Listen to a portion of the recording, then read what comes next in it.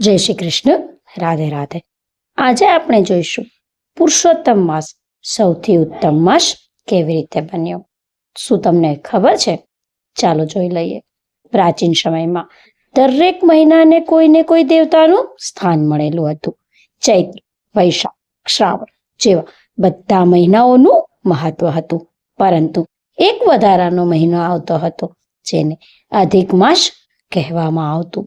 આ અધિક માસને કોઈ દેવતાએ સ્વીકાર્યો ન હતો, તેથી લોકો પણ આ મહિનાને શુભ માનતા નહોતા.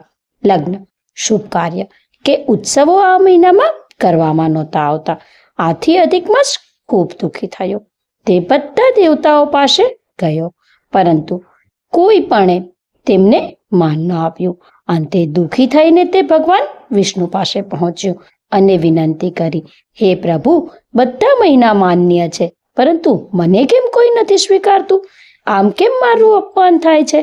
ત્યારે ભગવાન વિષ્ણુને અધિક માસ પર દયા આવી. તેમને કહ્યું, આજથી હું તને મારું નામ આપું છું. તું હવે પુરુષોત્તમ માસ તરીકે ઓળખાઈશ.